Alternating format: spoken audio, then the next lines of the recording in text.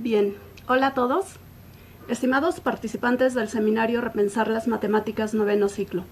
Les damos la más cordial bienvenida a la sesión número 70, en la que el profesor José Luis Torres Guerrero, del CECIT 7 Cuauhtémoc, y la profesora Isaura García Maldonado del ESICIE, tendremos el agrado de dialogar con el doctor Luis Carlos Arboleda Aparicio, profesor investigador de la Universidad del Valle de Cali, Colombia, a quien le damos la más cordial bienvenida. El tema que vamos a desarrollar en esta sesión gira en torno a un artículo de referencia que el doctor Arboleda Aparicio hizo favor de darnos y que está soportado en la página web del seminario. El título de este artículo es El problema didáctico y filosófico de la desaxiomatización de las matemáticas. A nombre de todos mis compañeros del seminario Repensar las Matemáticas, que hacen posible que este se lleve a cabo con éxito, quiero dar las gracias al doctor Arboleda Aparicio por haber aceptado compartir con todos nosotros la contribución de sus estudios de investigación a la enseñanza de las matemáticas. Doctor Carlos Arboleda Aparicio, le damos la más cordial bienvenida a este diálogo.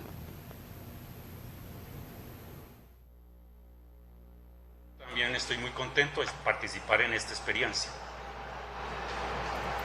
Muchas gracias. Para conocer más acerca de la formación profesional de nuestro invitado, así como de sus aportes en la investigación y en el campo educativo, los invitamos a ver su semblanza.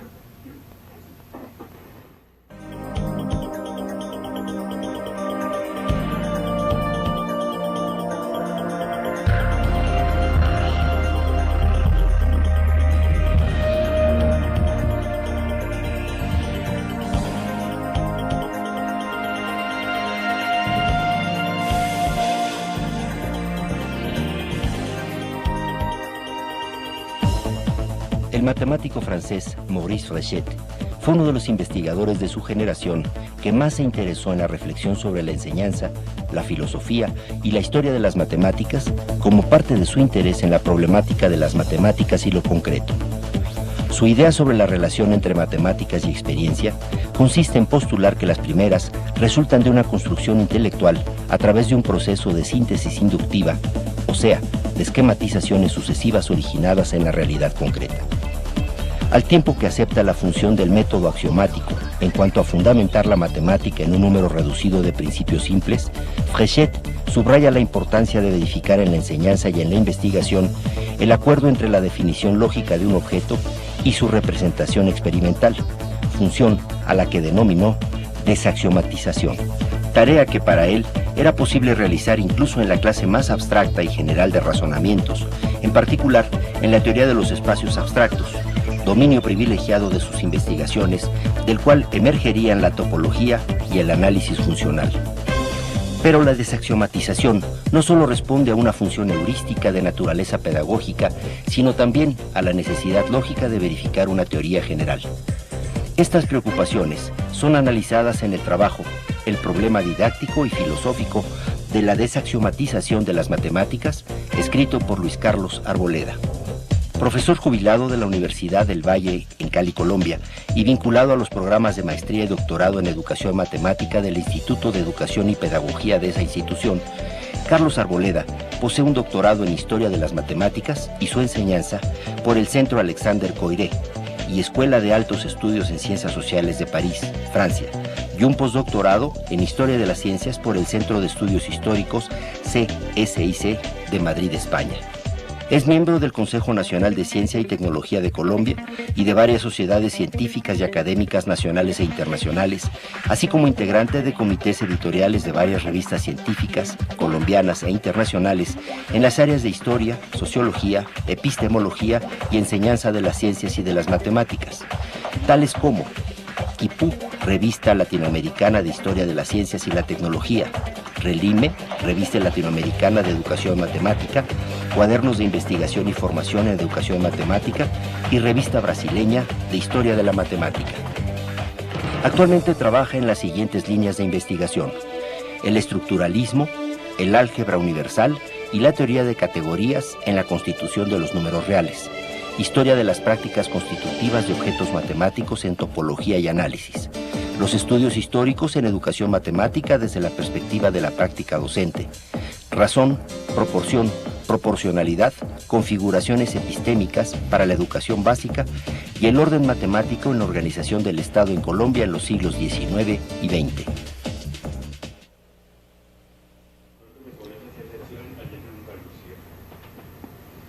Pues es un gusto que estés con nosotros, Luis, que hablemos de matemáticas, que hablemos de filosofía, que hablemos de didáctica de las matemáticas. Quienes nos siguen, pues les agradecemos que lo hagan a través de los medios ya conocidos, videoconferencia, gracias Medellín, por internet. Y ya conocemos la dinámica de la sesión. Vamos a estar dialogando con Luis, Isaura y quien les habla durante la primera parte de esta sesión. Después de ello, a las sedes que estén conectadas, les vamos a pedir que planteen sus comentarios, sus inquietudes, y enseguida también lo que se ha plasmado en el foro y aquellas intervenciones que nos hagan llegar a lo largo de la transmisión de la sesión.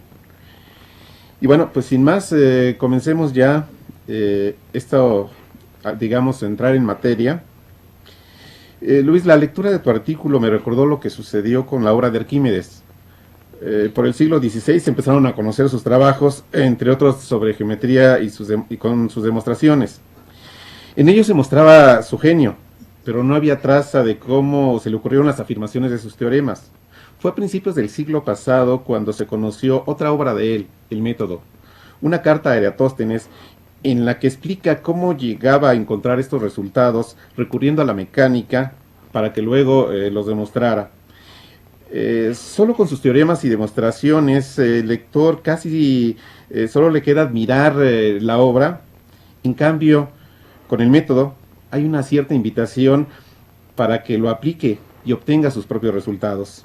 ¿Puedes comentarnos, Luis, si efectivamente hay una relación entre esto que comentó de Arquímedes con el concepto de desaxiomatización? Bueno, pues en principio me parece muy atractiva esa conexión que se establece, que ustedes establecen entre desaxiomatización y el método de Arquímedes. Revisémoslo, estudiémoslo. Yo creo que sí, que hay una conexión, aunque hay diferencias, las propias diferencias de una reflexión de Arquímedes que separa de 23 siglos o más el trabajo, la reflexión de Fréchet en la década de los años 1920 en Francia. Pero bueno, veamos qué es lo que dice Arquímedes en su carta a Eratóstenes en el prólogo del Tratado sobre el Método. Dice que para ciertos efectos Arquímedes había comprendido que era posible capturar por un método mecánico una idea que luego sería demostrada por un método geométrico. Y él es consciente de que el método mecánico no es en rigor la demostración del método geométrico. El método mecánico solamente le daría una indicación de aquello que la geometría va a demostrar. De manera pues que el método mecánico sería algo así como un conocimiento previo al conocimiento geométrico deductivo. ¿Cuál es el ejemplo que plantea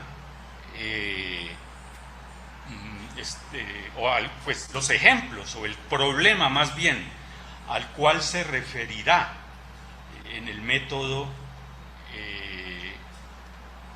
Arquímedes? Pues bien, el método mecánico consiste en aplicar la ley de la palanca a un sistema finito de masas m sub i que estarían situados a distancias d sub i de un centro, de un punto de equilibrio en una barra que no tendría peso. Y por el otro lado del sistema, del punto de equilibrio, también habría un sistema finito de masas m', situado a distancias de primas y del centro de equilibrio. Y lo importante a señalar aquí es que el algoritmo que da el equilibrio en el método mecánico pues es la sumatoria de los m sub i por d sub igual a la sumatoria de los m' de sub j por los de prima j. Ese algoritmo es el que le va a permitir a Aristóteles, a Arquímedes, aplicar su método mecánico para el cálculo de áreas y volúmenes de acuerdo con la ley de las palancas, tomando como elementos infinitesimales los m sub i. Pero en cada momento Arquímedes es consciente de que el método mecánico a partir del cual él puede calcular el área de una región plana o el volumen de una región en R3, que ese método mecánico no es un método de demostración, en particular porque no involucra el argumento central que tiene la prueba geométrica de cualquier cuadratura o cubatura, que es la exhaustión, el método de exhaustión. Al contrario, al ser el método mecánico fundamentado en la ley de las palancas, pues se trata de sistemas finitos, ¿no? Entonces hay una reducción de lo finito de lo infinito de la geometría a lo finito de la física, digámoslo así. Entonces ahí hay una conciencia muy clara de que esa especie, digamos, de traducción de lo geométrico a lo físico, a lo mecánico, si es que por ello entenderíamos la desaxiomatización,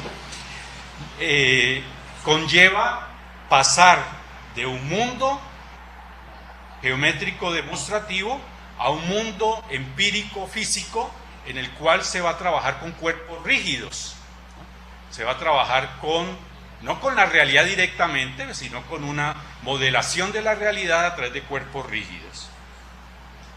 Ahora, la otra dificultad, que yo no sé si Arquímedes es o no consciente, es que él no deduce lógicamente el área de la región de la expresión de la ley de las palancas, ¿sí? La igualdad, la identidad de las sumatorias de las masas por las distancias al lado y lado del punto de equilibrio. Él no deduce eso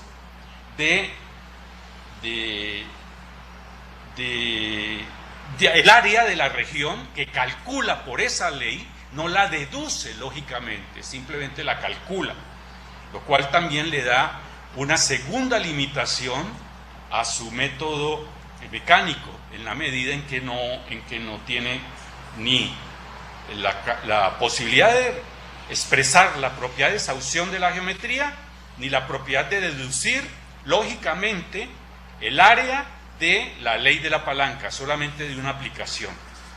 Bueno, ahora, ¿En qué consiste la desaxiomatización? En 3 palabras. Ustedes ya lo han visto en el trabajo, pero la voy a resumir con el ánimo de concluir si efectivamente hay o no una similitud o no entre este método de Arquímedes y Fréchet. Bueno, en primer lugar, la desaxiomatización consiste, como Fréchet mismo lo dice, en realizar un trabajo inverso al que uno hace cuando construye un objeto matemático dentro de un campo teórico. Uno, quiero decir, el matemático. Se pasa de un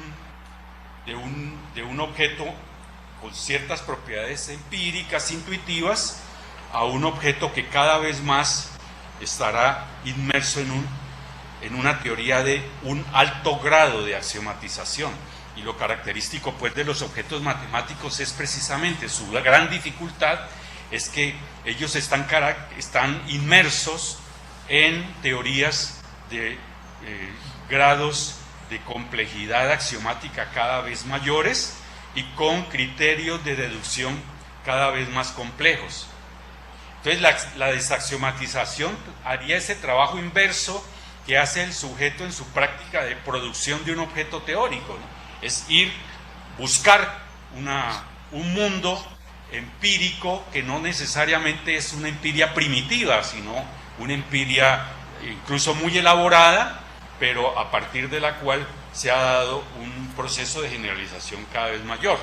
En términos concretos, ya lo vimos, el ejemplo o varios de los ejemplos, pero uno de ellos, al que más interés le coloca Fréchet, es precisamente a demostrar cómo él llega a una diferencial para un objeto matemático del análisis funcional, una funcional, a partir de la abstracción de una propiedad característica de las diferenciales de funciones de 2 y 3 y más variables. Bien, un segundo aspecto de la desaxiomatización es que precisamente este trabajo inverso de ir de lo más abstracto y complejo en términos axiomáticos a lo más próximo a una realidad empírica, ese trabajo inverso consiste en retornar a la experiencia para verificar la correspondencia entre una propiedad lógica que caracteriza un objeto abstracto y una propiedad experimental que caracteriza a un objeto empírico. En eso consistiría el trabajo inverso de la desaxiomatización para Fréchet, en establecer esa correspondencia entre propiedad lógica aritmética y propiedad, su dual, digámoslo así, de propiedad experimental. Y un tercer nivel de la desaxiomatización para Fréchet es que si bien el objeto matemático tiene un valor intrínseco, puesto que pertenece a una teoría axiomática, deductiva, ¿no?, independiente, ese objeto matemático no se libera de la experiencia o encapsula la experiencia. Y esto en 2 sentidos. Uno, en que el objeto proviene de una práctica constitutiva del individuo, del sujeto, del matemático, que Fréchet llama síntesis inductiva. Otros llamarán generalización. Y el segundo sentido en que el objeto matemático encapsula la experiencia es que justamente la desaxiomatización es una verificación, un retorno a la experiencia a través de aplicaciones experimentales y teóricas. Al final de su trabajo, y del mío también, hay un cuarto aspecto de la desaxiomatización, que Fréchet se vio obligado a postular la existencia de un cierto isomorfismo que haría corresponder los procesos de constitución del objeto, es decir, la síntesis inductiva con los procesos de verificación experimental. Habría un isomorfismo que garantizaría esa correspondencia en las prácticas del sujeto. Y él piensa ese isomorfismo como un cierto vocabulario que permite traducir las razones de ser de la axiomática. Si toda teoría está fundada en un sistema de axiomas, entonces ese isomorfismo lo que haría es garantizar que el sistema de axiomas interprete adecuadamente las propiedades de la teoría en la práctica, en la experiencia. Claramente la posición de Fréchet es cuasi empirista dentro de la escuela de la filosofía de las matemáticas de su periodo, de su época. Entonces, ¿dónde podríamos colocar una relación entre el método mecánico de Arquímedes y la desaxiomatización de Fréchet? Yo la veo en dos niveles. Bueno, está en la síntesis inductiva, es decir, en la constitución del área de la curva a partir de una cuadratura, del método de las cuadraturas. Es claro que el método mecánico es una manera de permitirle a Arquímedes tener una idea, dice él, ¿no? Una sugerencia de cómo es que se pueden calcular las áreas de las cuadraturas. Pero también, por otra parte, hay una cierta verificación experimental, porque allí donde es necesario en el método mecánico de Aristóteles, de Arquímedes, perdón, hacer demostraciones, él lo que hace son cálculos, es decir, él hace verificaciones, él como que estaría aplicando, ¿no?, un método de equilibrio de masas puntuales a un método de centros de equilibrio de áreas, el centroide de una área o el centroide de un volumen, y eso lo hace de manera empírica por procedimientos de equilibrio. Entonces sí hay una especie de verificación ahí. El área ya no se considera como una integral, como una sumatoria de elementos diferenciales, de fajas, ¿no?, infinitesimales, sino lo mira sus propiedades de la cuadratura en términos del área reducida a su centroide, el punto en donde se cortarían las tres medianas de un triángulo, por ejemplo. En fin, este es como en alguna medida mi respuesta pues a este tema. Sin embargo, soy consciente de que esto puede dar lugar a unas reflexiones posteriores, no sé. José Luis. Sí, claro. ¿Qué opinas? Pues bueno, me parece que nos permite justo ir distinguiendo, ir tratando este concepto. Indudablemente Arquímedes no tenía pensado esto que estamos mencionando, pero sí me parecía que había alguna relación y que podíamos comentarla de inicio.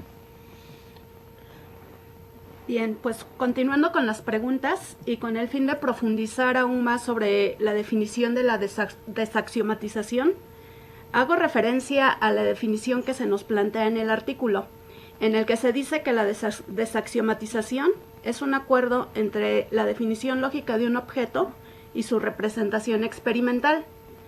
Podríamos decir que la definición lógica de un objeto se basa en los postulados y teorías que sustentan la existencia matemática de ese objeto y que su representación experimental consiste en apoyar esos postulados con la representación de la realidad.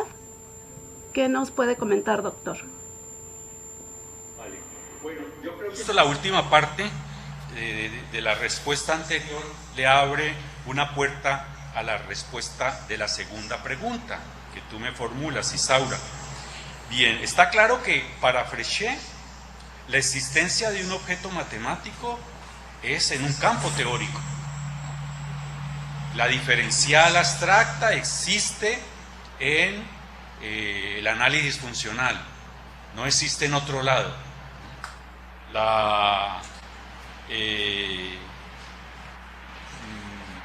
Los objetos, las cuadraturas existen en la geometría euclidiana, no existen en otros lados.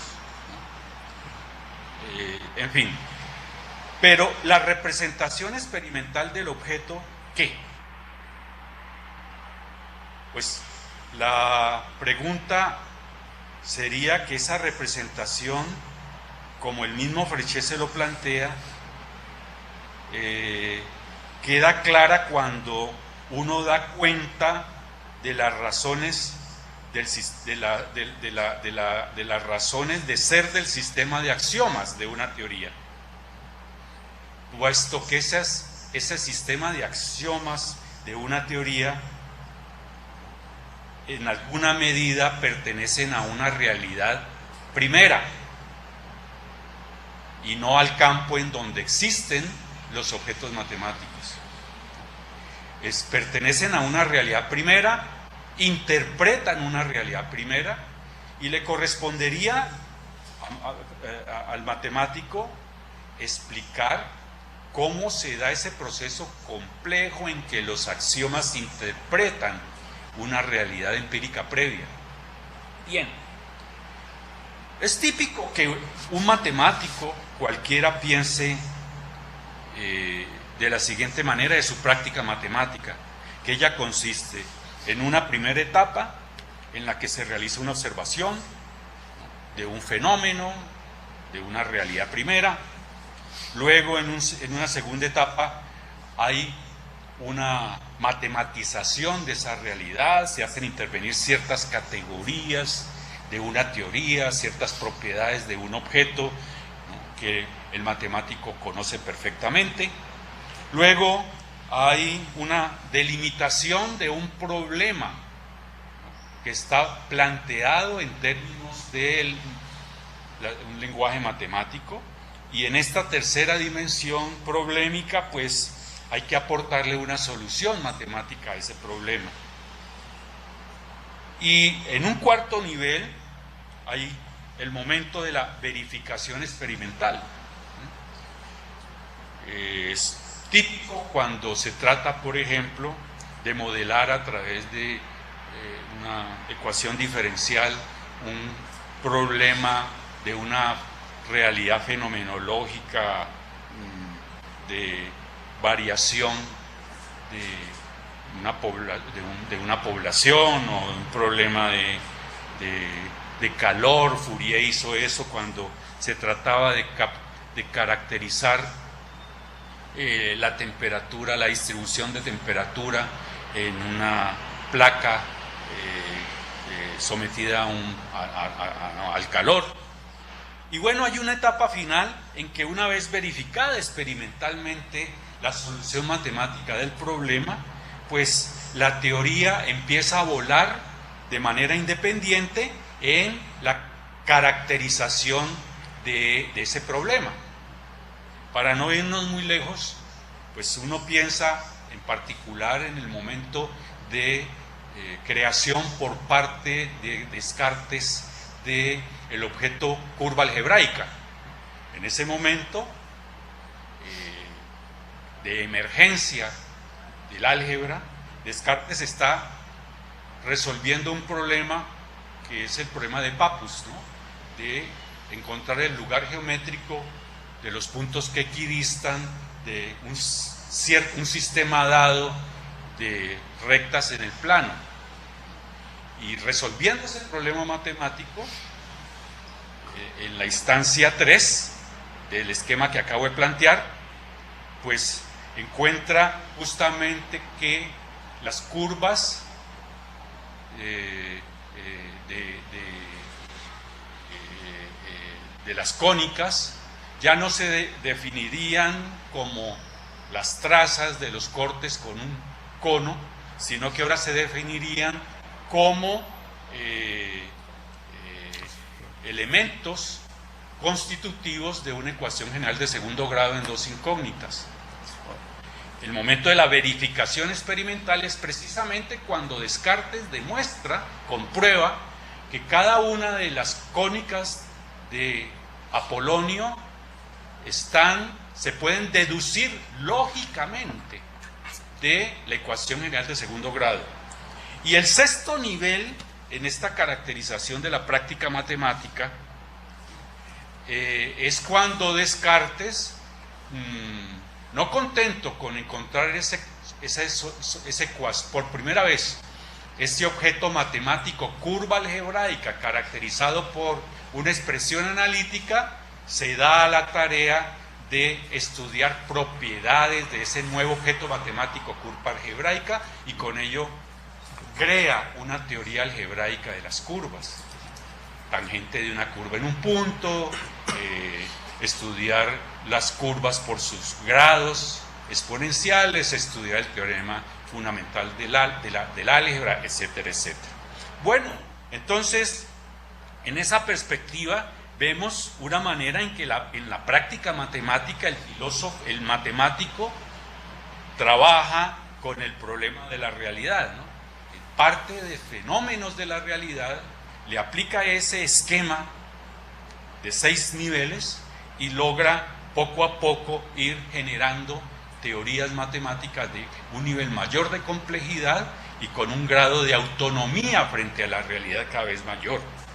¿Y qué del sistema axiomático? Pues bien, el sistema axiomático, como Hilbert y Bernays lo están diciendo a través de varias publicaciones por la misma época en la que Fréchet está escribiendo su artículo de desaxiomatización, existe todo un momento cultural propicio para reflexionar sobre el tema de las axiomáticas en esos años de 1920. Hilbert y Bernays dicen claramente que hay que distinguir entre las matemáticas de contenido y la matemática formal.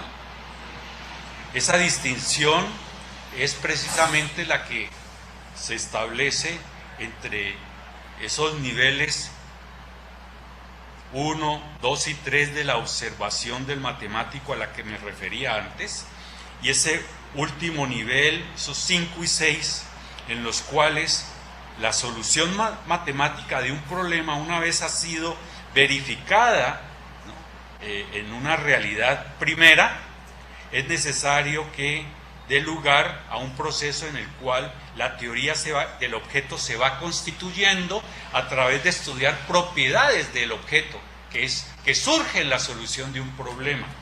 Ese es el momento de la matemática formal, pero hay una relación muy estrecha entre la matemática de contenido de los 5 momentos previos o 4 momentos previos y esa matemática formal. Bueno, eso por ahora, porque podría ser que después continuáramos hablando del asunto. No me lo has preguntado, Isaura, pero también sería interesante conectar el tema de la desaxiomatización con esta representación experimental del objeto, o la verificación de la solución matemática de un problema en un modelo matemático de ese problema. ¿Cuál es qué lugar ocupa allí la desaxiomatización? Bueno, pues es el lugar precisamente en el cual la matemática formal tiene que ir a verificar que la axiomática teórica está sustentada en una instancia de contenido. Nosotros sabemos que en la axiomática los objetos matemáticos pierden todo contenido cuando uno habla en un cuerpo de los reales, ordenado completo, arquimediano, de determinadas propiedades de los reales. Uno está hablando para los reales de naturaleza abstracta cualquiera. Ahí no hay matemática de contenido. En esa teoría formal no hay matemática y contenido. Pero cuando nosotros estamos trabajando sobre las propiedades del sistema axiomático de los reales, nosotros tenemos que interpretar esos axiomas en un mundo de contenidos. Por ejemplo, no es posible demostrar, y esto se podría mirar con detenimiento, la propiedad de completitud de los reales sin apelar en la prueba de la completitud de los reales a un significado de los reales, sea como cortaduras o sea como sucesiones de Cauchy racionales. Es decir, que si en los reales son objetos de naturaleza cualquiera que pertenecen a una estructura algebraica, cuando yo utilizo axiomas de los reales para probar una propiedad tan fuerte como la completitud, tengo que hacer intervenir un real consentido, un real que vive en un mundo de contenido, con significación. En la prueba del teorema de la completitud, insisto, intervienen los reales como cortaduras o como sucesiones. Pero en la vida corriente, cuando nosotros estamos en una estructura matemática, estamos trabajando con el objeto real sin contenido, sin significación otra que aquella que le dan las propiedades mismas de la estructura matemática. Eso pues como una respuesta a esta pregunta de qué es existencia y qué es representación de un objeto matemático. Sí, muy interesante la respuesta, doctor. Sobre todo para los que no somos matemáticos, es importante saber cómo los formalismos teóricos de las matemáticas pues se pueden relacionar realmente con la realidad, ¿no? Y pues Luis, continuamos. Es muy interesante, muy bien escuchar tus explicaciones. En México no se estudia para ser profesor de matemáticas en los niveles de bachillerato y universitario. Quienes cumplimos esta función nos formamos como ingenieros y matemáticos principalmente.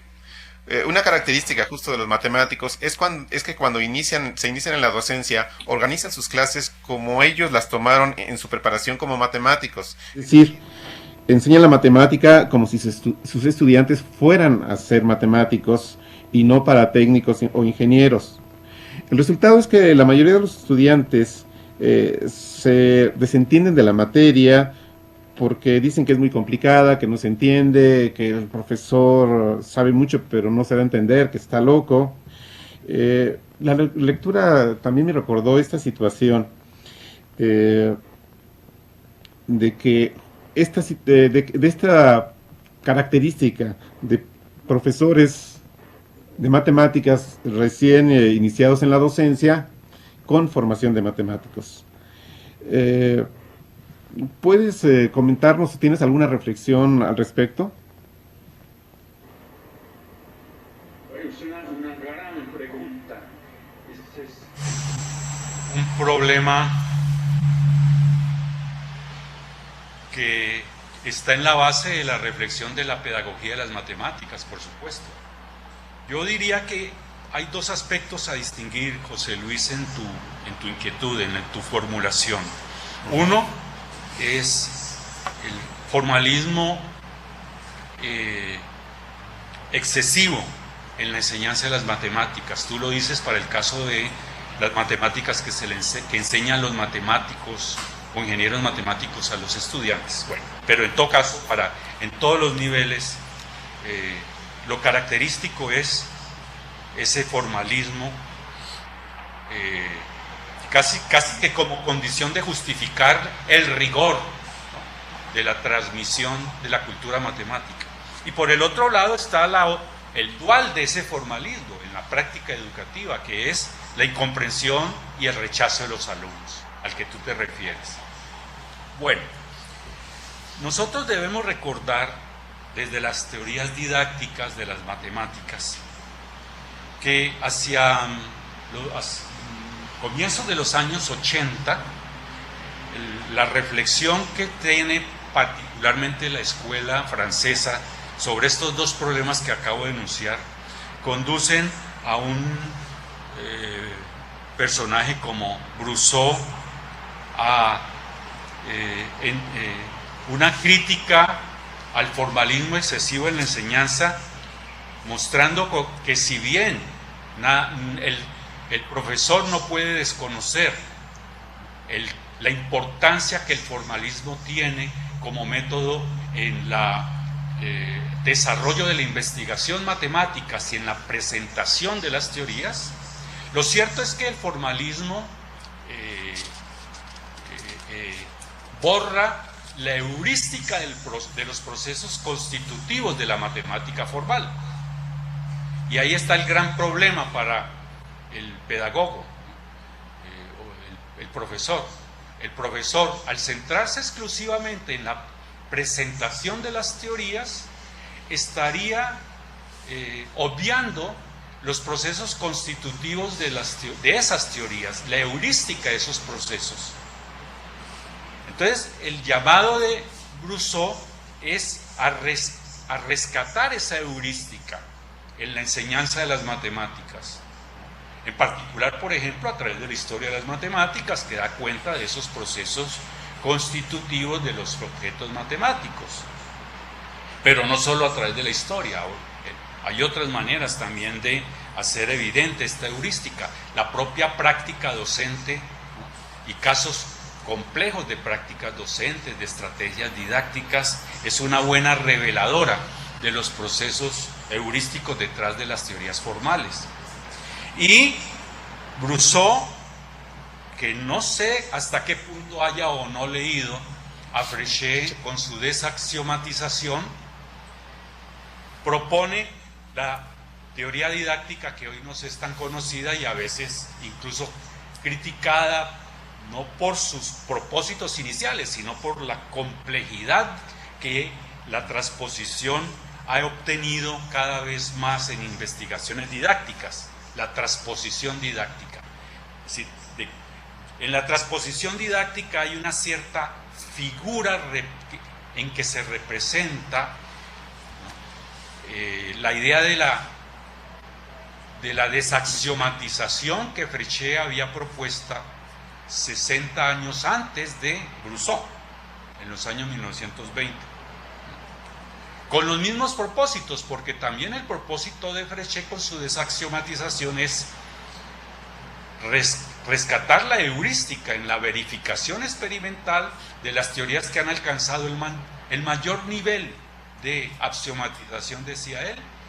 Hay un propósito pedagógico, ¿no? Hay un propósito de darle a los estudiantes la posibilidad de que entiendan la heurística de los procesos de constitución de esos objetos matemáticos complejos. Recuerden que cuando hablaba de la diferencial abstracta, como lo estudio en mi artículo, él decía, miren ustedes, la diferencial abstracta para una funcional en un espacio de naturaleza cualquiera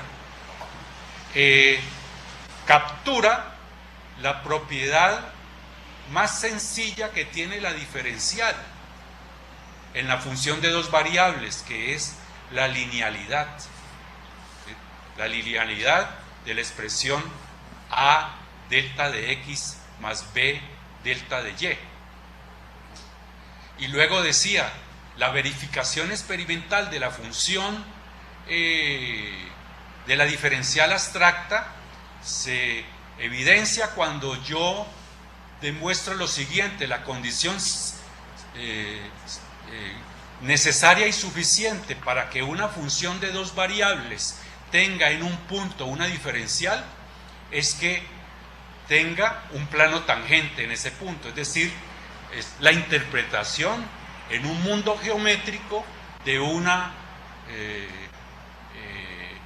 objeto matemático que vive en una teoría totalmente abstracta, una teoría del análisis funcional general.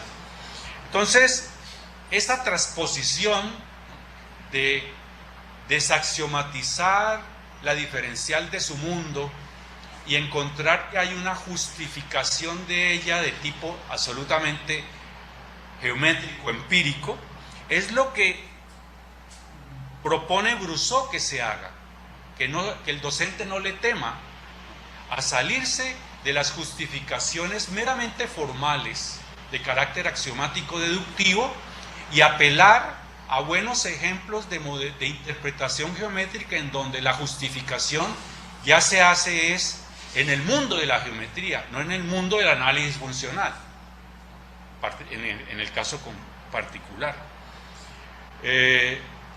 Pero esto, ¿qué condición tiene? La condición para poder hacer esto es romper con una pedagogía tradicional formalista en la cual el profesor es un brazo extendido de un discurso formal que él transmite y que el estudiante de alguna manera tiene que recibir y asumirlo por cuenta propia si lo comprende o no. Y pasar a un momento en el cual la práctica del docente rompe con esa pedagogía tradicional y utiliza una pedagogía transformacional, digámoslo así, en la cual el sujeto de la actividad del profesor es el alumno, ya no la teoría, sino fundamentalmente el alumno. Y él como profesor está propiciando la búsqueda, por ejemplo, de esas instancias como la interpretación geométrica de la diferencial abstracta. Es él el que se inventa eso y le ayuda al estudiante a que entienda de que una razón de ser de la diferencial la puede también encontrar en el mundo de la geometría y no en el mundo riguroso de la demostración de cuál es la propiedad analítica característica de la diferencial, esa ecuación largota que involucra, como ustedes saben, épsilons, deltas, etcétera, etcétera. Eso pues es como mi respuesta a esta tercera pregunta. Bien, pues precisamente en este tenor quiero hacer mención de las siguientes inquietudes.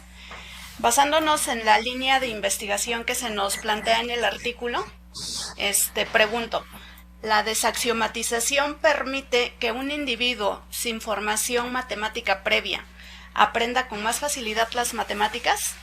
¿Y qué le recomendaría a los profesores de matemáticas que no son matemáticos para poder mejorar el proceso de enseñanza-aprendizaje de las matemáticas?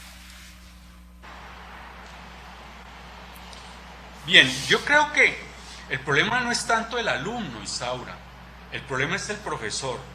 Un profesor que esté dispuesto, confrontado a transformar una experiencia de pedagogía tradicional, expositiva, formalista, para pasar a un nivel en el cual sea un pedagogo de transformista, digámoslo así, centrado en el sujeto. Este profesor tiene que saber muy buena matemática. Nadie puede hacer, ¿no?, una interpretación de como la que propone Fréchet, de la diferencial abstracta, ¿no?, reduciéndola a la justificación geométrica si no conoce la diferencial abstracta. Entonces, el profesor mismo tiene que tener una formación prácticamente como la que tendría el promedio de los matemáticos sobre la diferencial abstracta para poder hacer este ejercicio. El estudiante no, el estudiante va construyendo en una práctica de síntesis inductiva desde lo particular a lo general y eventualmente en un momento de abstracción tendrá que hacer una verificación que le sugiera el profesor y a partir de eso tomará conciencia de un nivel mayor de abstracción. Pero el profesor que conduce el proceso sí que tiene que tener una formación matemática previa y él no se puede ahorrar eso. Ninguna desaxiomatización, ninguna transposición didáctica significa una pérdida de rigor en el conocimiento del objeto de referencia matemático para el profesor. más sí para el alumno. Y lo otro que se podría notar aquí es que estaba tratando de buscar una cita, ¿no?, pero no la encuentro por ahora. En fin, yo cerraría por ahora aquí. Si lo encuentro luego en otro momento de la conversación podría mencionar. Definitivamente el asunto es muy concreto, es lo siguiente, es que la propia práctica del matemático nos indica que si un matemático en un momento determinado encuentra la necesidad de pasar a una instancia de verificación, a una instancia de desaxiomatización, ese paso conlleva de que él ya tiene un horizonte matemático muy complejo en su cabeza. Cuando Arquímedes utiliza el método mecánico para las cuadraturas, corrientemente nosotros decimos, el método mecánico es el método que le permitió a Arquímedes descubrir el método geométrico de las cuadraturas. Esto es bastante dudoso. Cuando uno examina el mismo ensayo del método y los cálculos que en el método hace Arquímedes, se da cuenta de que hay un profundo conocimiento de las cuadraturas por el método de Saussure. Entonces, aquel que está diciendo que fue esta la ruta que yo seguí para descubrir el método matemático de las cuadraturas, en la práctica de los cálculos con el método mecánico, él da cuenta de que ya tiene un horizonte en su cabeza muy claro de lo que eran las cuadraturas. Entonces hay una relación de doble vía entre el método mecánico y el método geométrico en Arquímedes. Pues bien, yo creo que en la práctica matemática hay siempre una relación de doble vía entre teorización y verificación.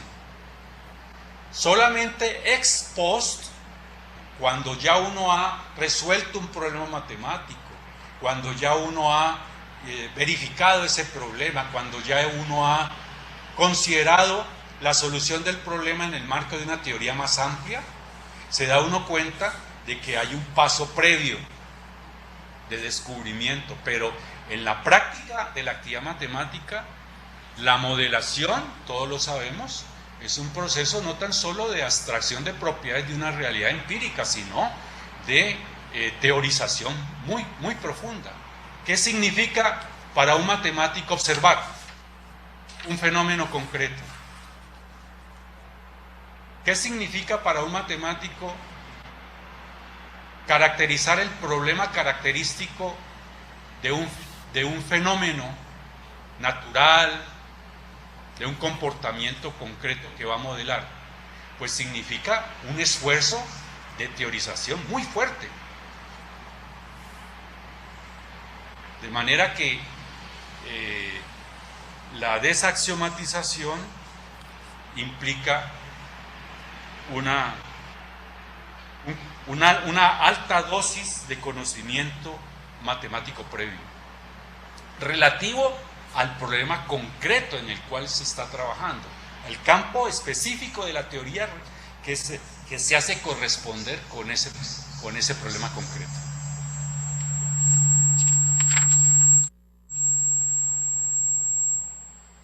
Bueno, bastantes cosas podemos platicar, podemos continuar mencionando acerca de estas ideas que pues, diríamos son frescas, a pesar de que ya podemos hablar cerca de un siglo que empezó Fréchet a plasmarlas, a manifestarlas. Tenemos ya algunas participaciones en el foro.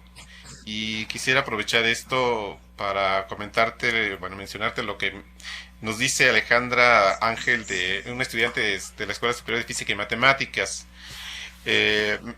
Recuerda en tu escrito que mencionas que la enseñanza tiene la tarea de hacer evidente la heurística de las construcciones axiomáticas.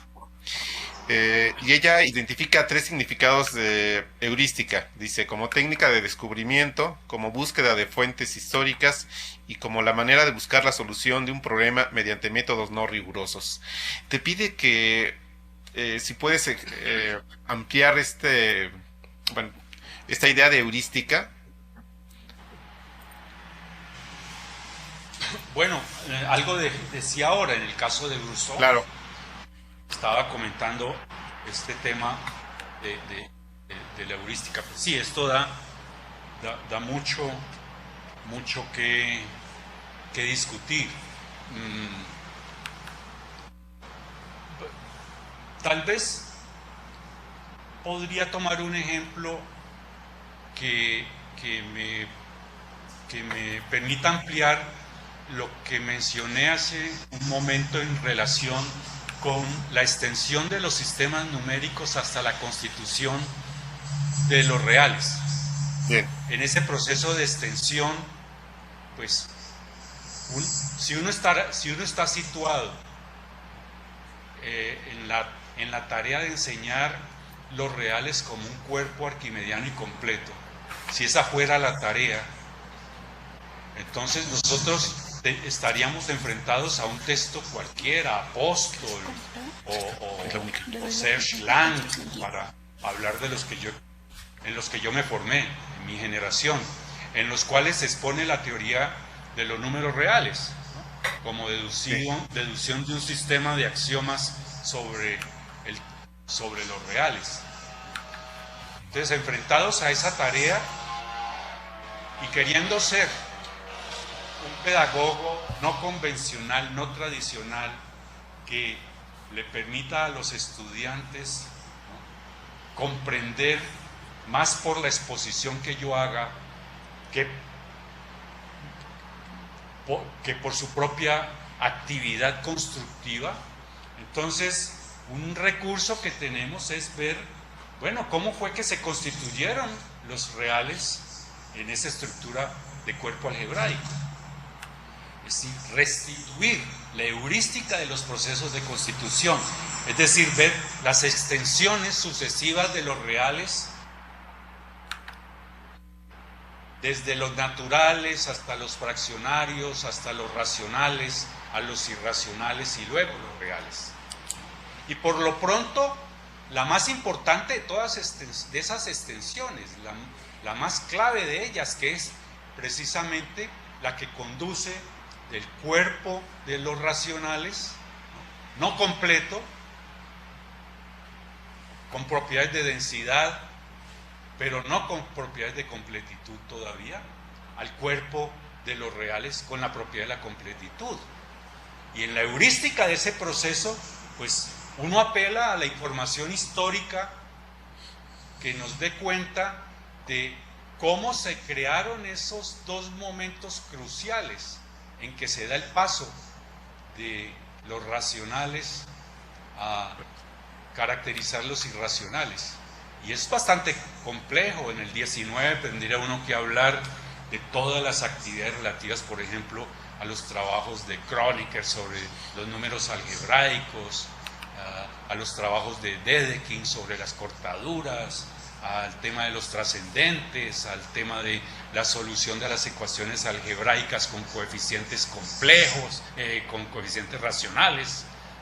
Pero fundamentalmente dos puntos son los que convencionalmente aparecen en las propuestas didácticas para favorecer una actividad del estudiante en la comprensión de cómo se llega a la estructura algebraica de los reales. Dos puntos: el momento clave en que Dedekind introduce las cortaduras para definir los objetos matemáticos nuevos, número irracional, por medio de cortaduras de racionales, y el momento paralelo histórico en el cual Cauchy hace lo mismo con no con cortaduras, sino con sucesiones de Cauchy de números racionales, ¿no? Y luego se mostrará que las dos construcciones son equivalentes, porque da lo mismo que yo llegue a los racionales en una estructura algebraica a través de cortaduras o que llegue a través de sucesiones de Cauchy, de racionales. Que esa es como una manera de restablecer la heurística, ¿no? Encuentra uno las tres dimensiones de heurística a las que se refiere Alejandra. Hay una posibilidad de remitirse a las fuentes históricas a través de esta heurística, es decir, de utilizar como recursos pedagógicos ciertas fuentes históricas, los trabajos de Dedekind, de Cauchy del siglo XIX en particular. Hay la posibilidad de hacer una crítica de los discursos formales, es decir, hacer un análisis y de construir en alguna manera el discurso formal de la presentación estrictamente axiomática, deductiva de los reales en una estructura algebraica. Y hay, ¿no?, el proceso de extensión que nos lleva de sistemas numéricos previos, ¿no?, es decir, una matemática de contenido, como diría Hilbert, a una matemática formal, en la cual, como dije también hace un momento, cada número real no tiene un sentido previo, sino que tiene un sentido solo en la estructura algebraica, es decir, una existencia formal, sin ningún significado intuitivo, totalmente relacionado con la estructura de los reales. Habría momentos de verificación, de desaxiomatización de esa teoría formal de los reales, cuando el estudiante ya haya... Claro que sí los hay. Un estudiante que haya accedido a la instancia máxima, ¿no?, por esta vía de reales desde el punto de vista de la estructura algebraica, de cuando en cuando va a haber la necesidad de verificar experimentalmente esa teoría formal. ¿Dónde? Como lo hacemos continuamente, en la recta geométrica. Ahí examinamos la correspondencia entre las propiedades lógicas de los reales, los teoremas que uno enuncia de los reales, la correspondencia lógica entre esas definiciones lógicas de los reales y las definiciones geométricas que serían visibles, percibibles sensorialmente en una recta real. Algunas son más o menos verificables. La propiedad arquimediana de los reales uno la entiende perfectamente cuando ya ha hecho el esfuerzo lento, laborioso, centrado en el estudiante, de entender cuál es la propiedad arquimediana de los reales en una estructura algebraica. Se entiende.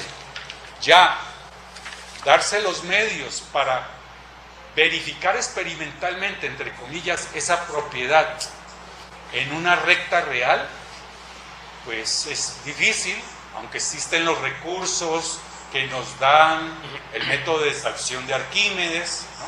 Sin embargo no es lo mismo. Pero son problemas abiertos a la imaginación didáctica, construir recursos que permitan verificar experimentalmente definiciones que tienen su explicación en un dominio estrictamente lógico-formal. Bien, No sé si le responda de esta manera a Alejandra, pero al menos es como se me ocurre en este momento decir cómo entendería yo lo heurístico. Sí, de cualquier manera, los comentarios de nuestros participantes van a quedar en el foro de discusión de la página del seminario, y le vamos a pedir, doctor Arboleda, si nos hace favor posteriormente de ingresar a la página y hacerles comentarios a nuestros participantes en base a sus comentarios, que ellos plasmen en el foro de discusión. Bueno. Bien, Sí, gracias. Se nos informa que la Universidad de Antioquia, Colombia, está conectada por videoconferencia. Les vamos a dar la palabra para ver si algún participante de ellos quiere hacer alguna formulación de pregunta.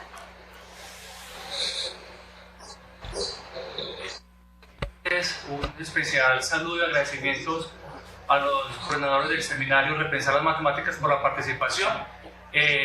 Gracias Isaura y gracias José Luis por la coordinación de esta sesión, y al profesor Arboleda, muchas gracias también por las reflexiones. Particularmente nos quedan una serie de tareas para pensar en particular en nuestro oficio de formación de profesores, en esta relación también en realidad, desaxiomatización, matemáticas. Y yo quisiera ceder la palabra a mi colega Gilberto Bando, que aquí tiene una serie de comentarios que podríamos ampliar con el profesor Arboleda. Muchas gracias.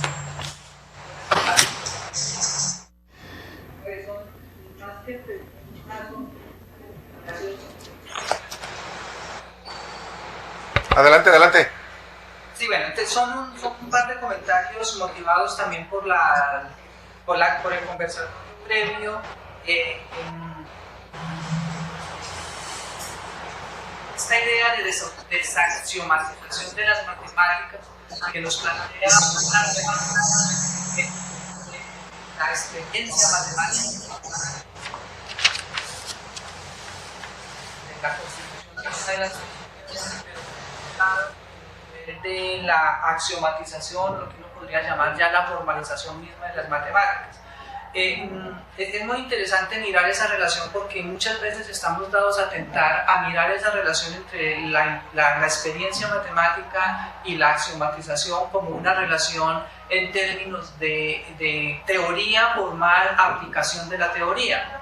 Pero una mirada detallada de esta propuesta que nos trae el profesor Luis Carlos desde los planteamientos de Frechet y las discusiones previas nos muestran que es algo mucho más, que va mucho más allá y que es mucho más profundo de esa relación teoría formal, aplicación de la teoría, ubicándose más en la relación, como en una especie de relación casi que podríamos decirlo, no sé si la palabra sea apropiada, una relación dialéctica entre la experiencia matemática y las teorías formales, donde casi que lo uno va constituyendo lo otro, es decir, en la medida que se hacen estas formulaciones empíricas de las matemáticas, en la medida que se recurre a la experiencia matemática y que se recurre a estos procesos de experimentación y de verificación de las teorías, también ese mismo proceso de verificación, ese mismo proceso de constitución de experiencia matemática va determinando los procesos mismos de axiomatización.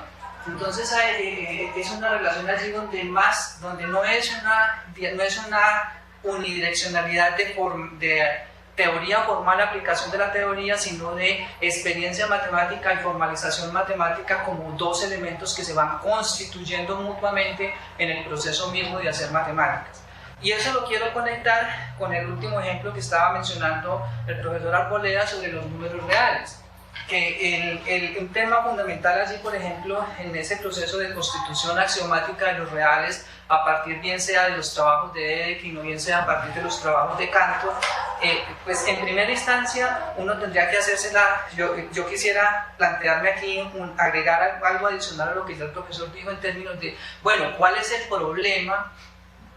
¿Cuál es el problema que se está intentando resolver que lleva precisamente a la axiomatización de los números reales? Porque es que si bien hay unas heurísticas que se identifican tanto en lo de Dedekind como en lo de Cantor, el punto es cuál era el problema que se estaba resolviendo, que es un problema de mucho más antiguo, que tiene que ver con el problema de la continuidad de los reales, ¿sí? Que tiene origen en el falso teorema de Cauchy, cuando él usa en la demostración de la continuidad de las sucesiones el tema de la continuidad misma de R. Se plantea el problema de entonces es R, cuál es el nivel, o sea, cuál es la continuidad de R. Entonces hay unas heurísticas que se desencadenan, hay una relación experiencia-formalización, pero esas heurísticas están precedidas por un problema que se intenta resolver. Y entonces eso nos plantea el tema central aquí de cómo esos procesos de experimentación y de formalización están estrechamente unidos a esas maneras como pensamos y cómo se nos plantean los problemas que tenemos que resolver y cómo eso desencadena entonces esa relación entre axiomática y experiencia matemática. Yo puedo dejar. ¿Aló? Bien, Luis, no sé si tengas algún comentario. Sí, bueno, primero agradecerle a los compañeros de Medellín su asistencia a la charla. De hecho, pues es por la invitación que me dio Johnny que yo estoy en esta experiencia. Quiero complementar un asunto que me abre los ojos Gilberto con su intervención. Sí, yo estoy de acuerdo con él. Provisionalmente digamos que hay esa dialéctica entre experiencia y teoría formal, ¿no? Y que no hay una relación de una sola vía. Bien, pero tal vez lo más interesante es esto, en relación con la heurística.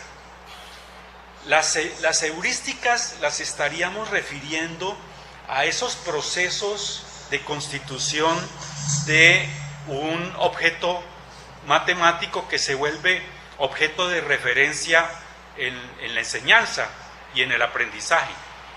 Pero la heurística en el aula de clase, desde el punto de vista de Brousseau y la teoría didáctica, no es tanto la constitución de un discurso formal, axiomático formal. La heurística lo que importa lo que hace interesante un momento heurístico es cómo se traduce él en la subjetividad del alumno. Cómo el alumno entiende en el aula, en las condiciones de una situación didáctica específica, la problemática de la extensión de un sistema numérico. Eso es lo importante. Es decir, es situar la heurística de un proceso teórico de constitución de un objeto matemático en un discurso formal, situarlo en el aula nos lanza a la problemática de la subjetividad propia del alumno. Por ejemplo, en una práctica relativa a la caracterización de números reales por sucesiones de Cauchy de racionales, el sujeto está a través de una estrategia de su profesor enfrentado a la necesidad de producir el patrón de una sucesión de números a partir de un número finito previo de elementos de esa sucesión. El sujeto tiene que transformar intuiciones en habilidades a través de dispositivos didácticos que le permitan crear el patrón, descubrir el patrón, crearlo por él mismo, el patrón de convergencia de la sucesión. Ese momento clave y crucial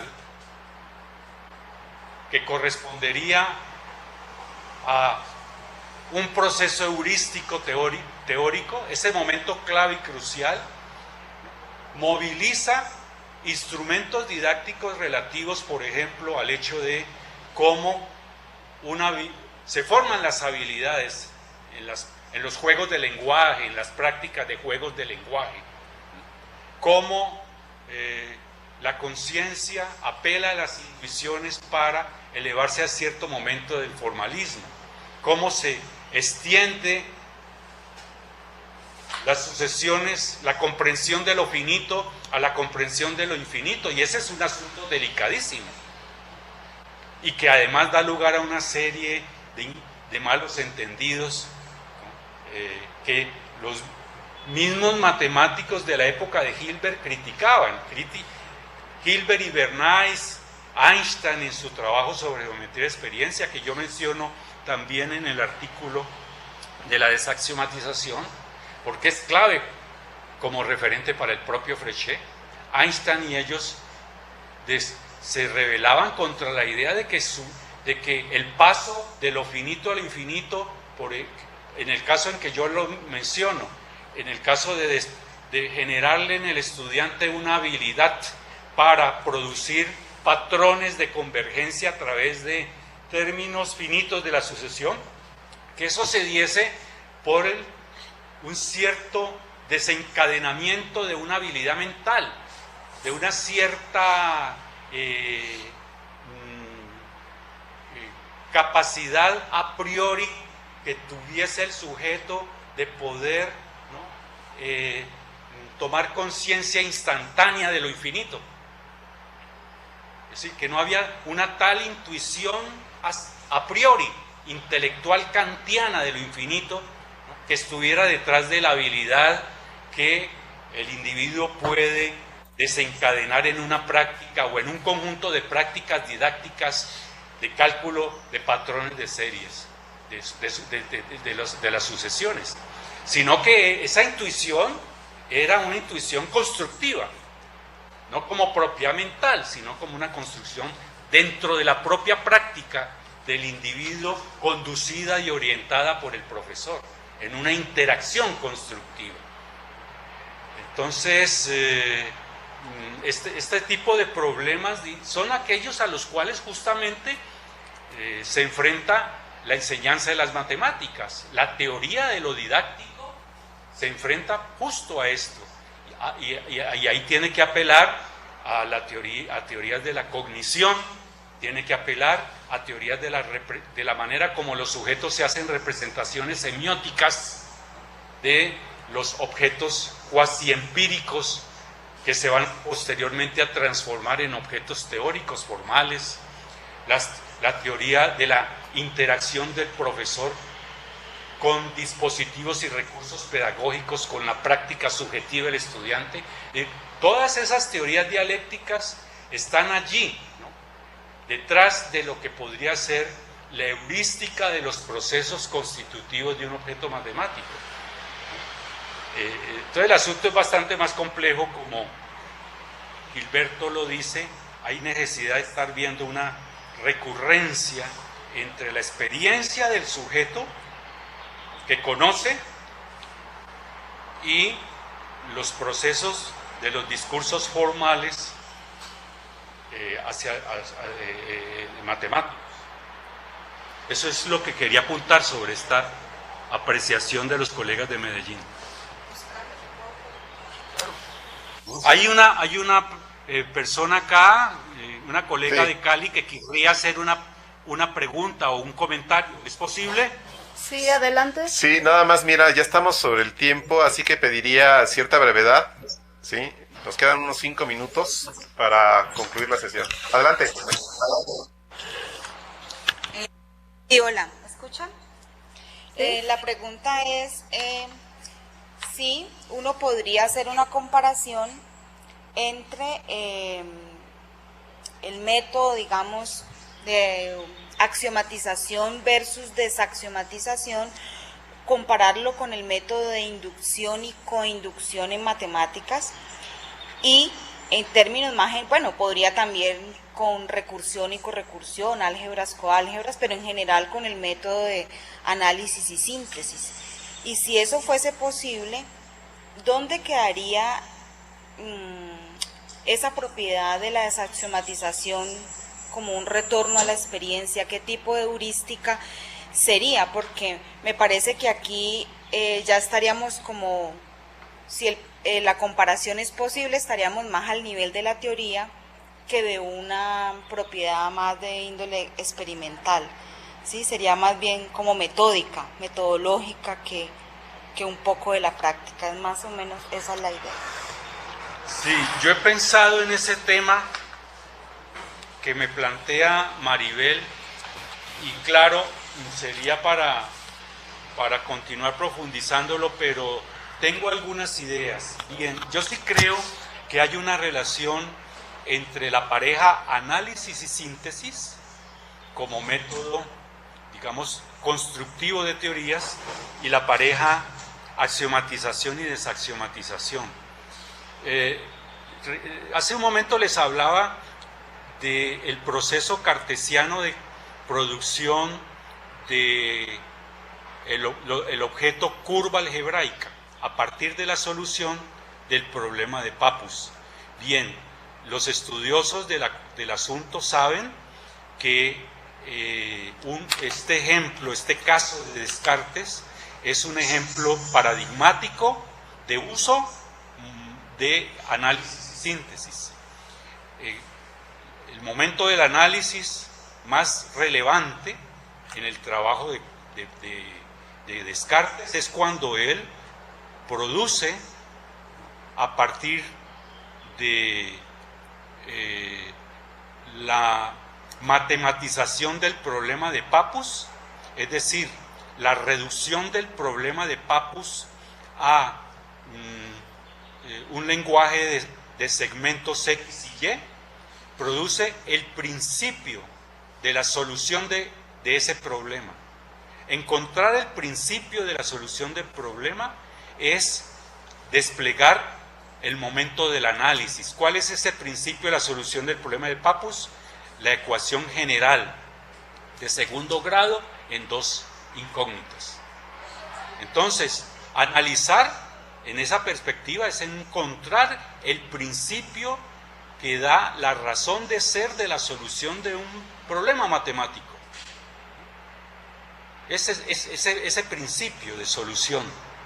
Luego, a partir de ese principio de solución se da el momento de la síntesis, en el cual, por decirlo así, se verifica que los casos particulares de las ecuaciones de las cónicas de Apolonio hacen parte de ese principio general de la ecuación de 2 grados. Entonces la desaxiomatización correspondería con una verificación del principio general de la teoría en los mundos que ya no son de la teoría, sino que son los mundos de la geometría de Apolonio. Entonces se verifica que la curva algebraica de segundo grado en 2, ¿no?, cumple esa ecuación, cumple cada una de las otras. Se verifica en el caso de las ecuaciones de Apolonio, ¿no?, de la cónica, de la elipse, de la hipérbola, de la recta, de la circunferencia, todas, ¿no?, pertenecen, verifican la ecuación general de segundo grado. Ese momento, que es el de la síntesis en el caso de Descartes, uno podría decir que guarda mucha similitud con la desaxiomatización en el caso de Fréchet, ¿no? Entonces, el ir de la teoría formal, es decir, del principio abstracto constitutivo del objeto matemático, a un mundo de interpretación en donde esa cosa tiene el sentido. La ecuación general de segundo grado, bajo tales condiciones, tiene el sentido de una circunferencia en el mundo de la geometría Apolonio. Pero la ecuación general de segundo grado no tiene sentido alguno. Tiene una forma abstracta, ¿no? AX2 más B, Y2 más C, X más D, Y más, etcétera, etcétera. Eso es para X y Y genéricos, ¿no?, abstracto. Uno lo dota de sentido, la desaxiomatiza y baja a un mundo concreto empírico, que sería el de matemática de contenido, ya no matemática formal, sino matemática de contenido en la geometría.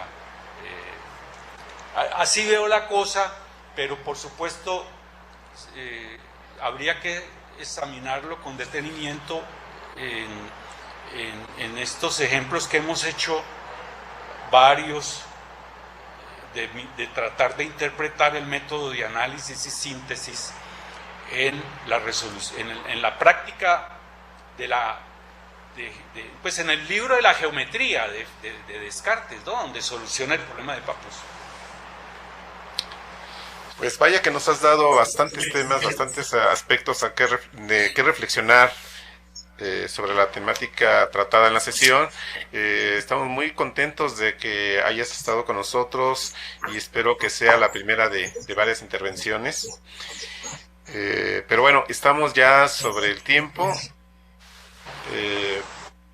Entonces reitero lo que había comentado Isaura, en el sentido de que si pudieras consultar el foro y conocer de las inquietudes que se plasman en él. Hay varios aspectos todavía que comentar, pero pues tenemos esta limitante en la transmisión. Sí, doctor Arboleda Aparicio, también le quiero agradecer infinitamente su participación en esta sesión.